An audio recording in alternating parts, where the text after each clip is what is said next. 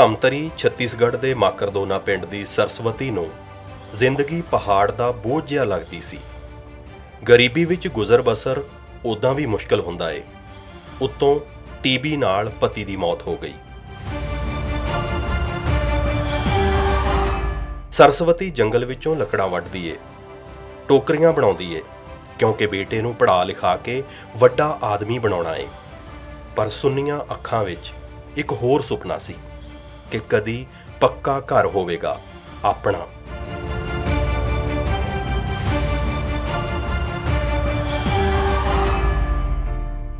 ਤੇ ਇੱਕ ਦਿਨ ਕਿਸਮਤ ਦਾ ਬੰਦ ਦਰਵਾਜ਼ਾ ਜਿਵੇਂ ਖੁੱਲ੍ਹ ਗਿਆ।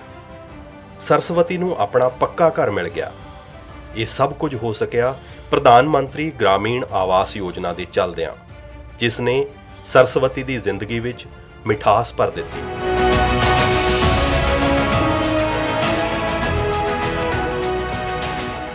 एक 1,35,000 मिला घर बनाने के लिए और 60,000 मैंने अपना भी लगाया। पक्का घर बना है और अपन नौकरी वगैरह कमाई तो इसका जिंदगी सुधरेगा। ਗਰੀਬ ਤੋਂ ਗਰੀਬ ਅਤੇ ਆਮ ਆਦਮੀ ਰੁੱਖੀ ਸੁੱਕੀ ਖਾ ਕੇ ਗੁਜ਼ਾਰਾ ਕਰ ਲੈਂਦਾ ਏ, ਪਰ ਇੱਕ ਸੁਪਨਾ ਉਹ ਜ਼ਰੂਰ ਵੇਖਦਾ ਏ। ਸੁਪਨਾ ਇਹ ਕਿ ਸਿਰ ਤੇ ਪੱਕੀ ਛੱਤ ਹੋਵੇ, ਆਪਣਾ ਪੱਕਾ ਘਰ ਹੋਵੇ। ਇੱਕ ਗਰੀਬ ਪਰਿਵਾਰ ਵਿੱਚ ਜਨਮ ਲੈਣ ਵਾਲੇ ਪ੍ਰਧਾਨ ਮੰਤਰੀ ਨਰਿੰਦਰ ਮੋਦੀ ਇਸ ਗੱਲ ਨੂੰ ਜਾਣਦੇ ਨੇ, ਇਸ ਦਰਦ ਨੂੰ ਸਮਝਦੇ ਨੇ, महसूस करते नहीं। सामान्य व्यक्ति के मन की एक इच्छा होती है, कहीं भी रहता हो, यार अपना एक घर हो तो अच्छा हो। हर किसी की इच्छा रहती है, लेकिन उस गरीब की इच्छा पूरी नहीं होती। और कोई गरीब मरने के बाद अपने बच्चों को विरासत में गरीबी देना नहीं चाहता है। गरीब से गरीब मां बाप भी अपने बच्चों को गरीबी विरासत में देकर के जाना नहीं चाहता है, वो भी उसको कुछ देकर के जाना चाहता है। सरकार ने सपना देखा है। ਇਹੀ ਉਹ ਭਾਵਨਾ ਸੀ ਜਿਸ ਤੋਂ ਪ੍ਰੇਰਿਤ ਹੋ ਕੇ ਪ੍ਰਧਾਨ ਮੰਤਰੀ ਨਰਿੰਦਰ ਮੋਦੀ ਨੇ 2015 ਵਿੱਚ ਪੇਂਡੂ ਖੇਤਰਾਂ ਵਿੱਚ ਗਰੀਬਾਂ ਨੂੰ ਖੁਦ ਦਾ ਪੱਕਾ ਮਕਾਨ ਬਣਾਉਣ ਲਈ ਆਰਥਿਕ ਮਦਦ ਮੁਹੱਈਆ ਕਰਾਉਣ ਵਾਲੀ ਪ੍ਰਧਾਨ ਮੰਤਰੀ ਗ੍ਰਾਮੀਣ ਆਵਾਸ ਯੋਜਨਾ ਅਤੇ ਸ਼ਹਿਰਾਂ ਵਿੱਚ ਆਰਥਿਕ ਤੌਰ ਤੇ ਕਮਜ਼ੋਰ ਲੋਕਾਂ ਲਈ ਪ੍ਰਧਾਨ ਮੰਤਰੀ ਸ਼ਹਿਰੀ ਆਵਾਸ ਯੋਜਨਾ ਸ਼ੁਰੂ ਕੀਤੀ। ਅੱਜ ਇਸ ਯੋਜਨਾ ਦਾ ਲਾਭ ਲੈ ਕੇ ਦੇਸ਼ ਭਰ ਵਿੱਚ 2 ਕਰੋੜ ਤੋਂ ਵੱਧ ਪਰਿਵਾਰਾਂ ਦਾ ਆਪਣੇ ਘਰ ਦਾ ਸੁਪਨਾ पूरा हो गया है। जब तूफान आता था तो मेरा घर का सामान यहाँ से वहाँ गिर जाता था, मैं कहाँ से भेगा करूँ ये मुझे नहीं पता चलता था। फिर हफ्ता आया तब पक्का मकान बन गया, अब बहुत अच्छा लग रहा है। इन्हां विच सरीरक चुनौतियां ਦਾ ਸਾਹਮਣਾ ਕਰ ਰਹੇ ਗੰਗਰੇਲ ਪਿੰਡ ਦਾ ਗੋਪਾਲ ਵੀ ਏ ਤੇ ਬੇਲਰ ਪਿੰਡ ਦੀ ਕਿੰਨਰ ਪੰਚ ਬੀ ਵੀ। ਪੰਚ ਬੀ ਦਾ ਨਾਂ ਆਵਾਸ ਯੋਜਨਾ ਦੇ ਲਾਭਪਾਤਰੀਆਂ ਵਿੱਚ ਆਇਆ, ਜਿਸ ਦੀ ਸੂਚਨਾ ਉਸ ਨੂੰ ਪੰਚਾਇਤ ਵਿੱਚ ਮਿਲੀ। ਫਿਰ ਬੈਂਕ ਖਾਤੇ ਵਿੱਚ ਸਰਕਾਰੀ ਮਦਦ ਦਾ ਪੈਸਾ ਆਇਆ ਅਤੇ ਪੂਰੇ ਪਿੰਡ ਨੇ ਮਿਲ ਕੇ ਪੰਚ ਬੀ ਦਾ ਘਰ ਬਣਾਇਆ।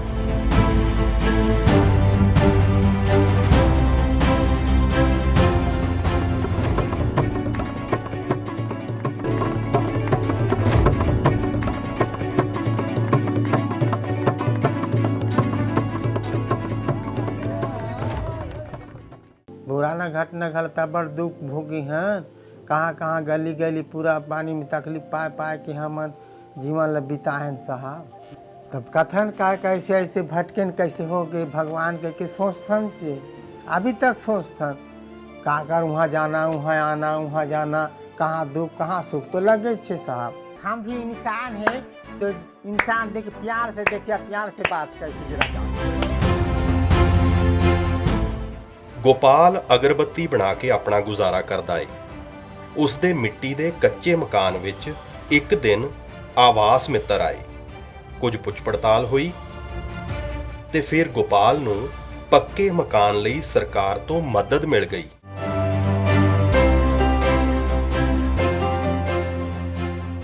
ਠੀਕ 50 ਸਾਲ ਪਹਿਲਾਂ 1971 ਦੀਆਂ ਆਮ ਚੋਣਾਂ ਵਿੱਚ ਭਾਰਤ ਵਿੱਚ ਪਹਿਲੀ ਵਾਰ गरीबी हटाओ देश बचाओ ਦਾ ਨਾਰਾ ਲੱਗਿਆ ਸੀ। ਦੇਸ਼ ਤਾਂ ਬਚਿਆ ਰਿਹਾ, ਬਚਿਆ ਰਹੇਗਾ, ਪਰ ਗਰੀਬੀ ਹਟੀ ਨਹੀਂ, ਵੱਧਦੀ ਗਈ। ਕਿਉਂਕਿ ਗਰੀਬੀ ਨਾਰਿਆਂ ਨਾਲ ਨਹੀਂ ਹਟਦੀ। ਗਰੀਬੀ ਸੌਗਾਤ ਵੰਡਣ ਨਾਲ ਘੱਟ ਨਹੀਂ ਹੁੰਦੀ। ਗਰੀਬੀ ਹਟਦੀ ਏ ਗਰੀਬਾਂ ਨੂੰ ਤਾਕਤਵਰ ਬਣਾਉਣ ਨਾਲ। गरीबी से मुक्ति का मार्ग सौगातें बांट करके नहीं हो सकता है, उनको सामर्थ्यवान बनाने से हो सकता है। काम कितना ही कठिन क्यों न हो, लेकिन देश का भला गरीबी की मुक्ति में ही है। ਅਜਿਹਾ ਨਹੀਂ ਏ ਕਿ ਇਸ ਤੋਂ ਪਹਿਲਾਂ ਭਾਰਤ ਵਿੱਚ ਗਰੀਬਾਂ ਲਈ ਯੋਜਨਾਵਾਂ ਨਹੀਂ ਬਣੀਆਂ।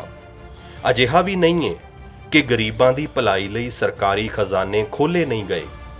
ਯੋਜਨਾਵਾਂ ਬਣੀਆਂ, ਖਜ਼ਾਨੇ ਵੀ ਖੁੱਲ੍ਹੇ, ਪਰ ਇਹ ਪੈਸਾ ਗਰੀਬ ਦੇ ਘਰ ਤੱਕ ਨਹੀਂ ਪਹੁੰਚਦਾ ਸੀ। ਪੈਸਾ ਵਿਚੋਲਿਆਂ ਅਤੇ ਦਲਾਲਾਂ ਵਿੱਚ ਵੰਡਿਆ ਜਾਂਦਾ ਸੀ। ਇਹ ਗੱਲ ਖੁਦ ਦੇਸ਼ ਦੇ ਸਾਬਕਾ ਪ੍ਰਧਾਨ ਮੰਤਰੀ ਨੇ ਮੰਨੀ ਸੀ ਕਿ ਦਿੱਲੀ ਤੋਂ 1 ਰੁਪਈਆ ਚੱਲਦਾ ਏ, ਪਰ ਗਰੀਬ ਤੱਕ ਸਿਰਫ 15 ਪੈਸੇ ਹੀ ਪਹੁੰਚਦੇ ਨੇ। ਨਰਿੰਦਰ ਮੋਦੀ ਇਹ ਜਾਣਦੇ ਸੀ ਕਿ ਗਰੀਬਾਂ ਨੂੰ ਮਜ਼ਬੂਤ ਬਣਾਉਣਾ ਏ ਤਾਂ ਦਿੱਲੀ ਤੋਂ ਚੱਲਿਆ ਪੈਸਾ ਪਿੰਡ ਤੱਕ ਪਹੁੰਚਣਾ ਚਾਹੀਦਾ ਏ, ਗਰੀਬ ਦੇ ਘਰ ਤੱਕ ਪਹੁੰਚਣਾ ਚਾਹੀਦਾ ਏ। ਪਰ ਕਿਵੇਂ?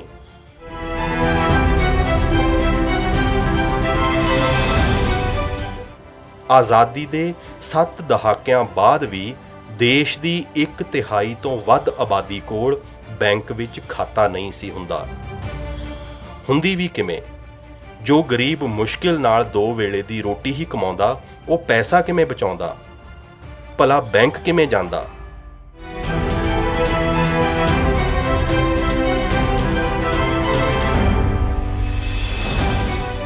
ਜਿਸ ਦੇਸ਼ ਵਿੱਚ ਗਰੀਬੀ ਹਟਾਉਣਾ ਸਾਲਾਂ ਤੱਕ ਬਸ ਇੱਕ ਨਾਅਰਾ ਸੀ, ਵਾਅਦੇ ਸੀ, ਦਾਅਵੇ ਸੀ, ਪਰ ਗਰੀਬ ਤਾਂ ਪੈਰ ਤੇ ਹਾਰਿਆ ਸੀ। ਮਿਹਨਤ ਤੋਂ ਉਹ ਡਰਿਆ ਨਹੀਂ, ਦਿਨ ਰਾਤ ਬਹਾਏ ਪਸੀਨਾ। ਆਖਰ ਕੌਣ ਚਾਹੁੰਦਾ ਏ ਗਰੀਬੀ ਵਿੱਚ ਪੈਦਾ ਹੋ ਕੇ ਗਰੀਬੀ ਵਿੱਚ ਜੀਣਾ?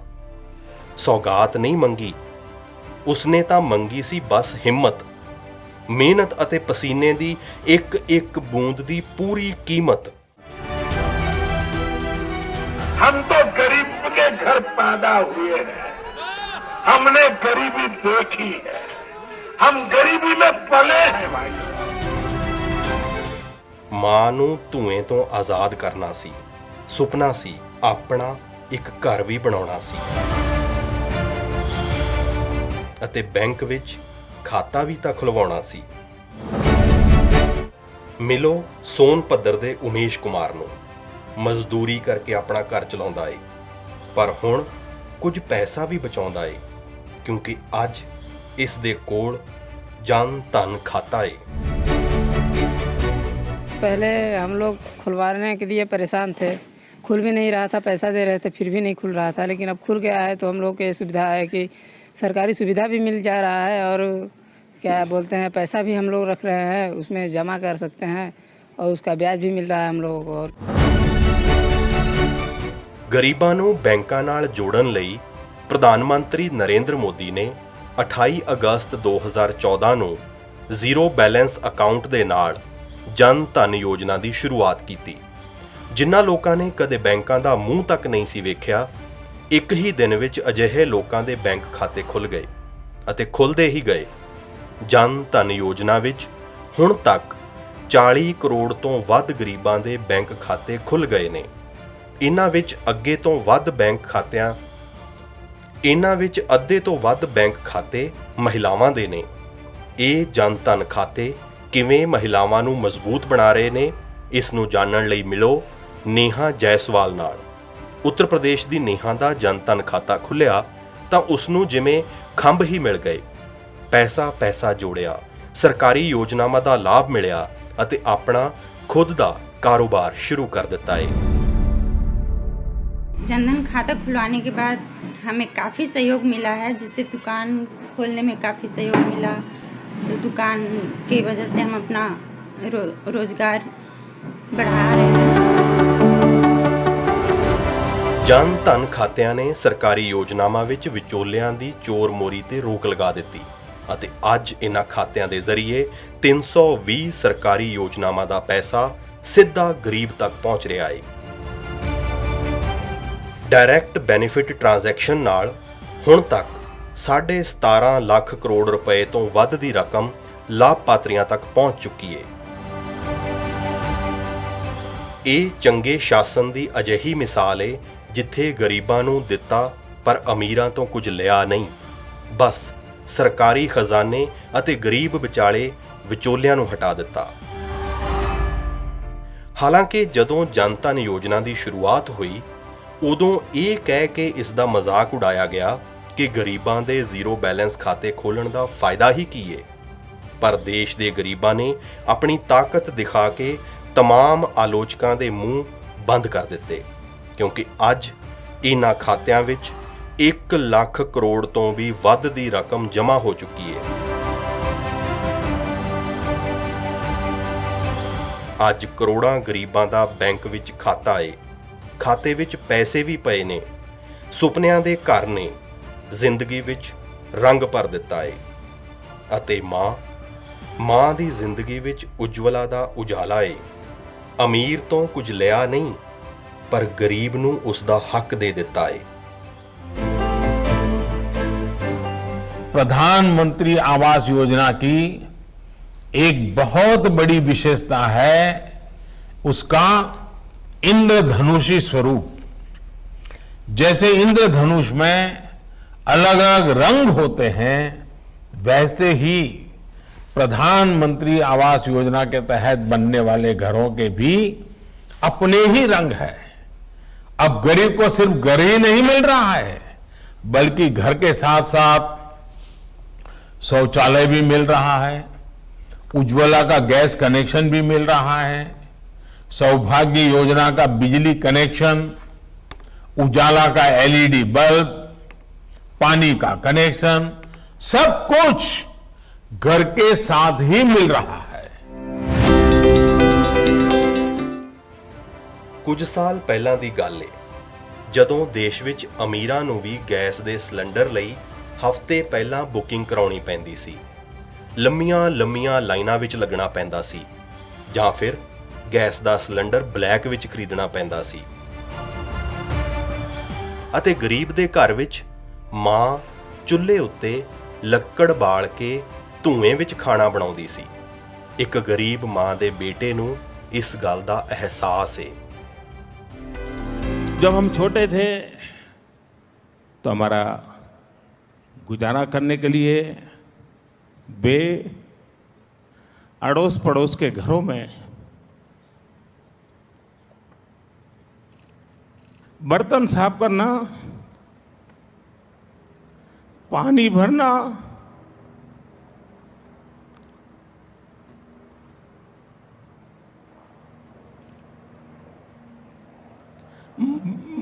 मजदूरी कर रहा। आप कल्पना कर सकते हैं कि एक मां ने अपने बच्चों को बड़ा करने के लिए कितना कष्ट उठाया। ਦੇਸ਼ ਦੀਆਂ ਕਰੋੜਾਂ ਗਰੀਬ ਮਾਵਾਂ ਦੇ ਲਈ 1 ਮਈ 2016 ਦਾ ਦਿਨ ਇਤਿਹਾਸਕ ਤਾਰੀਖ ਬਣ ਗਿਆ, ਜਦੋਂ ਨਰਿੰਦਰ ਮੋਦੀ ਨੇ ਚੁੱਲ੍ਹੇ ਦੇ ਧੂਏਂ ਤੋਂ ਆਜ਼ਾਦੀ ਦੇ ਲਈ ਪ੍ਰਧਾਨ ਮੰਤਰੀ ਉਜਵਲਾ ਯੋਜਨਾ ਦੀ ਸ਼ੁਰੂਆਤ ਕੀਤੀ ਅਤੇ ਇਸ ਯੋਜਨਾ ਦੇ ਤਹਿਤ ਗਰੀਬ ਮਹਿਲਾਵਾਂ ਨੂੰ ਮੁਫਤ ਗੈਸ ਕਨੈਕਸ਼ਨ ਦਿੱਤੇ ਗਏ। ਇੱਕ ਵਾਰ ਫੇਰ ਇਸ ਅਭਿਲਾਸ਼ੀ ਯੋਜਨਾ ਵਿੱਚ ਨਰਿੰਦਰ ਮੋਦੀ ਦੇ ਸੇਵਾ ਅਤੇ ਚੰਗੇ ਸ਼ਾਸਨ ਦੀ ਝਲਕ ਦਿਖਾਈ ਦਿੱਤੀ। ਗਰੀਬਾਂ ਨੂੰ ਮੁਫਤ ਗੈਸ ਸਿਲੰਡਰ ਦੇਣ ਲਈ ਪ੍ਰਧਾਨ ਮੰਤਰੀ ਨੇ ਦੇਸ਼ ਦੇ ਸਮਰੱਥ ਲੋਕਾਂ ਨੂੰ ਅਪੀਲ ਕੀਤੀ ਕਿ ਜੇ ਉਹ ਚਾਹਣ ਤਾਂ ਆਪਣੀ ਇੱਛਾ ਨਾਲ ਗੈਸ ਦੇ ਸਿਲੰਡਰ ਤੇ ਮਿਲਣ ਵਾਲੀ ਆਪਣੀ ਸਬਸਿਡੀ ਛੱਡ ਦੇਣ। ਪ੍ਰਧਾਨ ਮੰਤਰੀ ਦੀ ਇੱਕ ਅਪੀਲ ਤੇ ਵੇਖਦਿਆਂ ਹੀ ਵੇਖਦਿਆਂ 1 ਕਰੋੜ ਲੋਕਾਂ ਨੇ ਆਪਣੀ ਗੈਸ ਸਬਸਿਡੀ ਛੱਡ ਦਿੱਤੀ, ਜਿਸ ਦਾ ਮਤਲਬ ਹੈ ਕਿ ਸਰਕਾਰੀ ਖਜ਼ਾਨੇ ਵਿੱਚ ਹਰ ਸਾਲ ਤਕਰੀਬਨ 4000 ਕਰੋੜ ਦੀ ਬਚਤ। ਲੋਕਾਂ ਦੀ ਇਸ ਦਰਿਆਦਿਲੀ ਦਾ ਫਾਇਦਾ ਗਰੀਬ ਮਹਿਲਾਵਾਂ ਨੂੰ ਮਿਲਿਆ।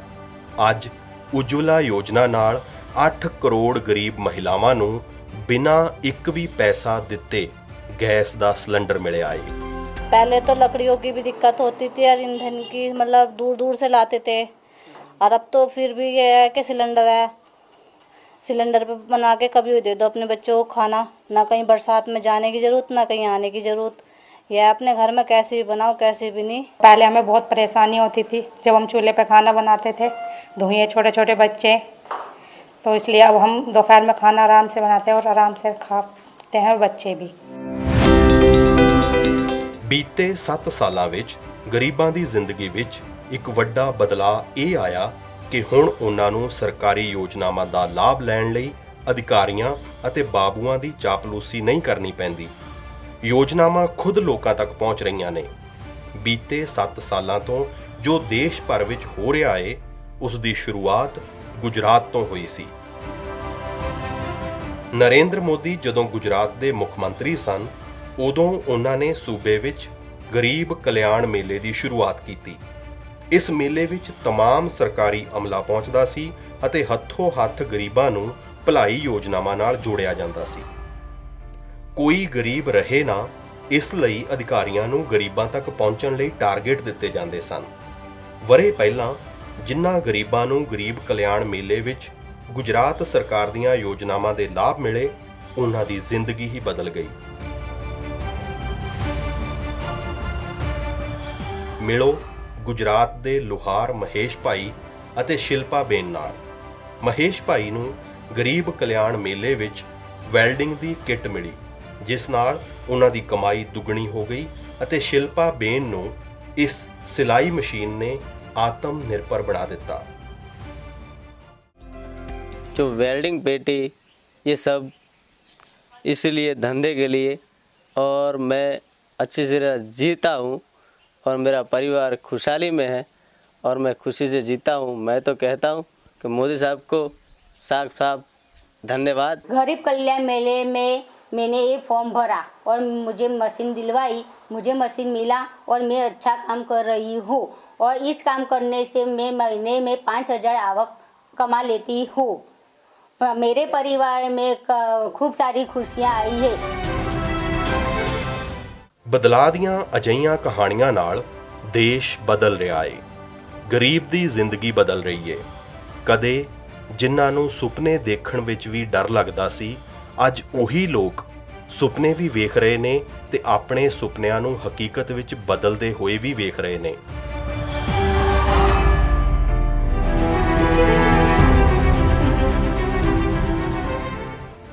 ਪਟਨਾ ਦੀ ਸੰਗੀਤਾ ਕਈ ਸਾਲ ਪਹਿਲਾਂ ਤੱਕ ਨੌਕਰੀ ਕਰਦੀ ਸੀ। ਤਨਖਾਹ ਬਹੁਤ ਘੱਟ ਸੀ।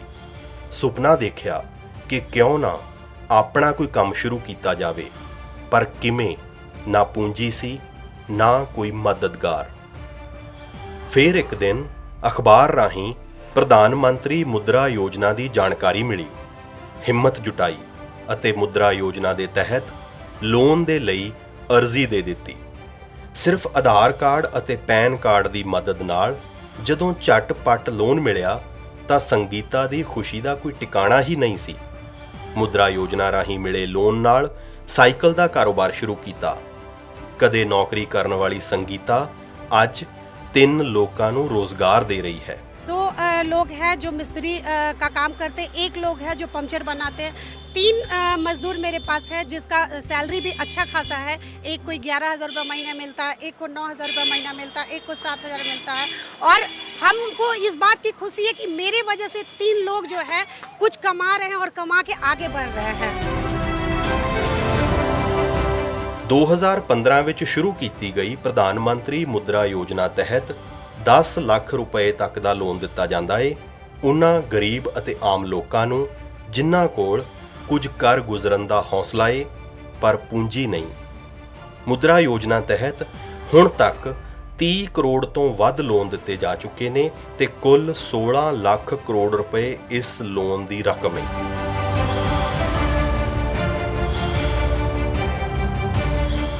ਆਜ਼ਾਦੀ ਦੇ ਬਾਅਦ ਭਾਰਤ ਵਿੱਚ ਗਰੀਬਾਂ ਦੇ ਜੀਵਨ ਵਿੱਚ ਸਭ ਤੋਂ ਮੁਸ਼ਕਿਲ ਦੌਰ ਉਦੋਂ ਆਇਆ ਜਦੋਂ ਕੋਰੋਨਾ ਕਾਰਨ ਦੁਨੀਆ ਰੁਕ ਜਿਹੀ ਗਈ। ਜੀਵਨ ਨੂੰ ਬਚਾਉਣਾ ਸੀ, ਇਸ ਲਈ ਲਾਕਡਾਊਨ ਲਗਾਇਆ ਗਿਆ। ਭੋਜਨ ਦੇ ਲਈ ਰੋਜ਼ ਕਮਾਉਣ ਵਾਲੇ ਲੋਕਾਂ ਦੇ ਸਾਹਮਣੇ ਸੰਕਟ ਸੀ। ਕਮਾਉਣ ਕੀ, ਖਾਣ ਕੀ। ਪਰ ਪ੍ਰਧਾਨ ਮੰਤਰੀ ਨੇ ਐਲਾਨ ਕੀਤਾ ਸੀ ਕਿ ਸੰਕਟ ਚਾਹੇ ਕਿੰਨਾ ਵੀ ਵੱਡਾ ਹੋਵੇ, ਦੇਸ਼ ਵਿੱਚ ਕੋਈ ਵੀ ਗਰੀਬ ਭੁੱਖਾ ਨਹੀਂ ਸੌਵੇਗਾ। ਅਤੇ ਫਿਰ ਐਲਾਨ ਹੋਇਆ ਦੁਨੀਆ ਦੀ ਸਭ ਤੋਂ ਵੱਡੀ ਮੁਫਤ ਅਨਾਜ ਯੋਜਨਾ ਦਾ, ਜਿਸ ਨੂੰ ਪ੍ਰਧਾਨ ਮੰਤਰੀ ਗਰੀਬ ਕਲਿਆਣ ਅੰਨ ਯੋਜਨਾ ਦਾ ਨਾਂ ਦਿੱਤਾ ਗਿਆ। ਇਸ ਯੋਜਨਾ ਤਹਿਤ ਬੀਤੇ 19 ਮਹੀਨਿਆਂ ਤੋਂ 80 ਕਰੋੜ ਤੋਂ ਵੱਧ ਲੋਕਾਂ ਨੂੰ हर महीने मुफ्त अनाज दिता जा रहा है। आज मिला है, सब खाने में कोई दिक्कत नहीं है, या पहले से अभी बहुत खुशहाल है। किसी से लेते हैं, आते हैं, खाते हैं, रहते हैं, बोलता है बहुत अच्छा है, मोदी सरकार हमको राशन देता है, ऐसे हम परिवार भरण पोषण कर लेते हैं। भारत अज दुनिया की सब तो वड्डी मुफ्त अनाज योजना नूं जे चला रहा है तो इस दे पिछे भी चंगे शासन का मंत्र है। खुराक सुरक्षा योजना देश विच पहलां भी सी, पर सारे लोड़वंदां तक उन्हां दे हिस्से का अनाज नहीं पहुँच रहा सी। 2014 तो बाद तकनीक की वरतों करके करोड़ां फर्जी राशन कार्ड रद्द कर दिते गए अते गरीब तक उस दे हक का अनाज पहुँचण लगा। अजिहे बदलाव हर खेतर विच होए ते हो रहे ने। गरीबां दे मुफ्त इलाज लई आयुष्मान योजना शुरू हुई तां बीमारां नूं सस्तियां दवाइयां लई प्रधान मंत्री जन औषधि योजना। अजिहे ਲੱਖਾਂ ਕਰੋੜਾਂ लोग जिन्हां नूं इन्हां योजनावां दा लाभ मिल रहा है, उन्हां दीयां भावनावां समझणीਆਂ होण तां उत्तराखंड दी दीपा साहा नूं सुणो। घर चलाना बड़ा मुश्किल हो गया था, आपके द्वारा जन औषधि दवाइयाँ मिली, मैंने खाना सुन लिया और मेरी दवाइयाँ जो है 5,000 की आती थी और अब मेरी दवाएं 1,500 की आती हैं, तो 3,000 मुझे मिलता है। और मैं मोदी जी, मैंने ईश्वर को तो नहीं देखा, लेकिन मैंने आपको ईश्वर के रूप में देखा है। आपको बहुत बहुत धन्यवाद। ਨੀਅਤ ਸਾਫ਼ ਅਤੇ ਇਰਾਦੇ ਮਜ਼ਬੂਤ ਹੋਣ, ਸੱਤਾ ਜੇਕਰ ਸੇਵਾ ਅਤੇ ਚੰਗੇ ਸ਼ਾਸਨ ਦੇ ਮੰਤਰ ਨੂੰ ਧਾਰਨ ਕਰ ਲਵੇ ਤਾਂ ਬਦਲਾਅ ਮੁਮਕਿਨ ਹੈ।